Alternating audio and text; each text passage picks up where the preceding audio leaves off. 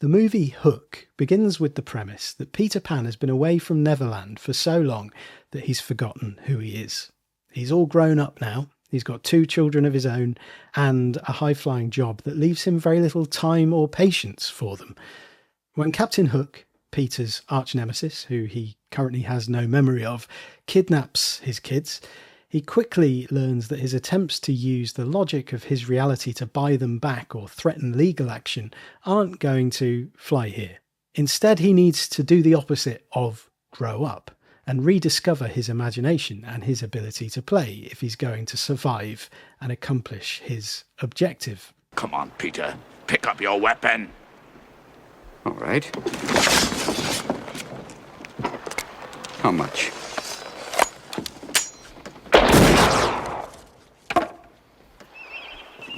This kind of adult fog sometimes creeps up on us, obscuring our view of what remains beneath. Don't you remember this used to be your favorite game? But it's never too late to find that stuff again. We're about to witness the greatest miracle of the machine age. The Gentle Rebel Podcast.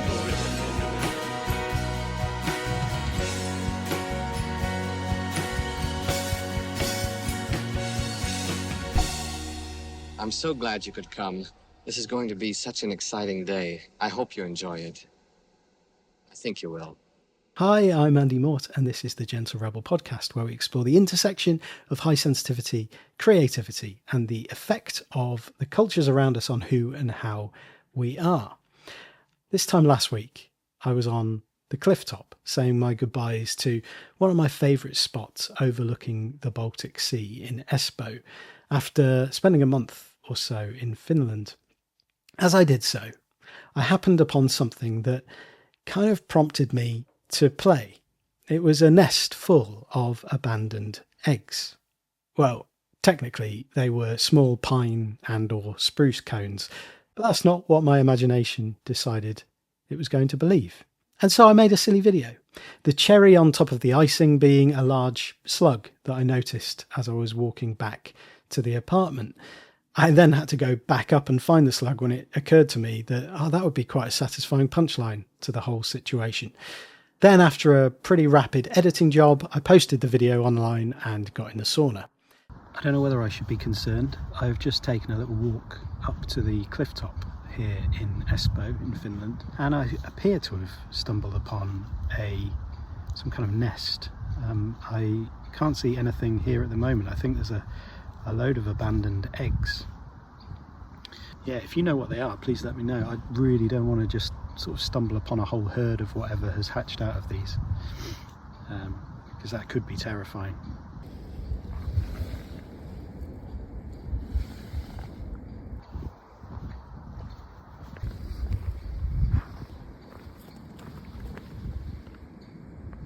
I think I figured it out. Look at this. It's almost the same, doesn't it? Almost certainly come from one of those eggs. I don't know if that was a baby one or a full-size one, but either way, I'm not sticking around to find out. Comments began to appear under the video. The first one said, "They are acorns, not an egg," which was a slightly strange yet potentially endearing attempt at correcting the details of a joke that clearly hadn't landed. They're not acorns, I know that much. But then the next 2 comments really caught my attention. One said, "Grow up, FFS." I want to speak to a grown-up. All grown-ups are pirates. And the other said, "Grown man," with 2 laughing emojis. I replied to that one with, I was told it was a Spanish slug, innocently, playfully, assuming he was referring to the slug as a grown man. It turns out these killer slugs are an invasive species that harm the native ecosystem. I don't know whether I would have, given it airtime if I knew quite how bad they were, but I mean, it contributed to the whole situation. Anyway, he dismissed this as rage bait, me saying that I'd been told that they were Spanish slugs, refusing to believe that a slug could have made it all the way from Spain to Finland. And I'm pretty sure he was serious about that as well. This is an insurance nightmare.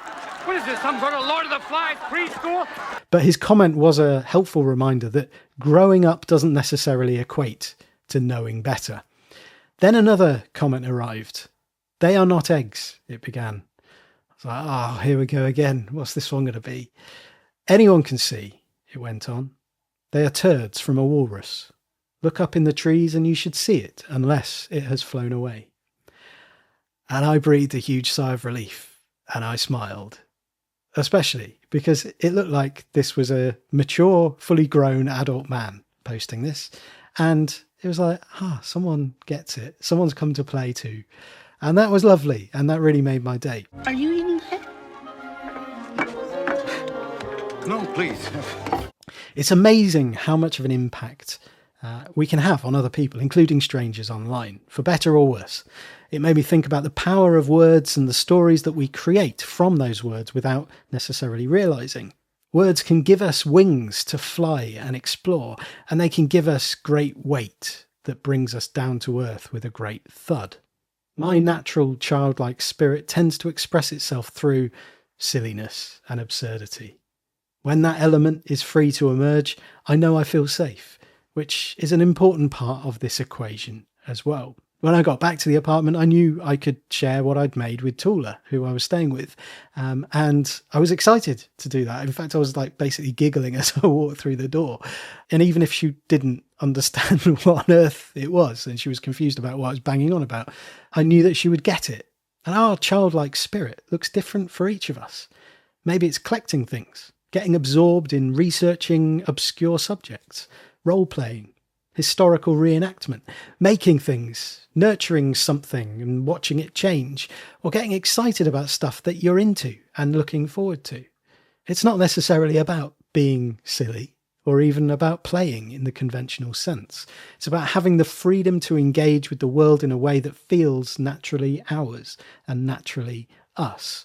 And I think the people around us can make a huge difference to whether that part of us gets to emerge. When we feel safe from judgment, from ridicule, from criticism, we have more freedom to explore those parts of ourselves. But when those things are present, the judgment, the ridicule, the criticism, the adult fog can descend and we stop being able to see anything clearly. That's stupid, we might hear. That's not realistic. We don't do things like that here. That's childish. That's selfish.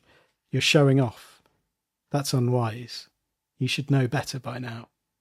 And this got me thinking about the research that shows when humans lose their bearings, we tend to walk in circles rather than in a straight line. When we can't see landmarks, natural reference points, or otherwise establish where we are, we can end up returning to where we started, believing that we're moving forward. Perhaps something similar happens when the adult fog descends through these stories that throw us into confusion.